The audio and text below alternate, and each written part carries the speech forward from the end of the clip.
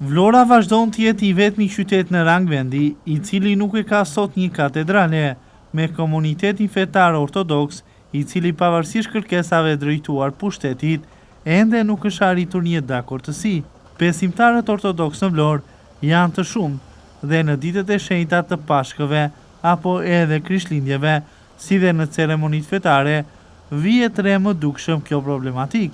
Kisha Shën Theodori në Vlorë nuk mund të mbajë në brendësi të saj numrin e lartë të besimtarëve, të cilët në ditët dhe meshat e shenjta ju duhet të qëndrojnë edhe jashtë objektit të kultit. Madje edhe prej kryepeshkopit Anastas ka patur kërkesa drejtuar pushtetit për një katedrale, e cila në Vlorë nuk u realizua kur. Siç mësohet, këto kërkesa do të pasohen edhe nga një Zot Johani, i cili do të kërkojë me ngulm realizimin e një katedrale në qytetin e Vlorës.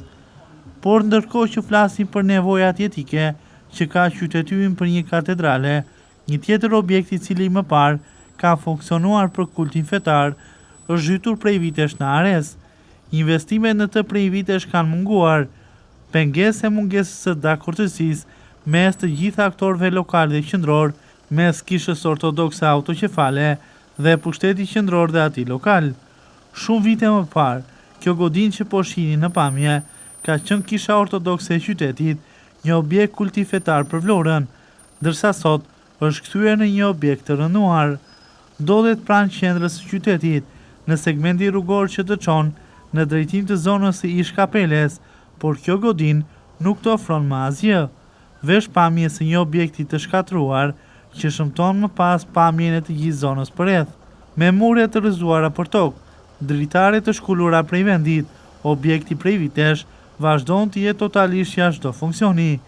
Sot edhe obori është pushtuar nga barishte dhe shkure të shumta, duke mos patur askënd të kujdeset për të. Në objekt është vendosur një tabelë e cila tregon se çfarë objekti ka qenë dikur, kthyer në një pronë private dhe asgjë më tepër, e lënë prej vitesh e braktisur në rënim.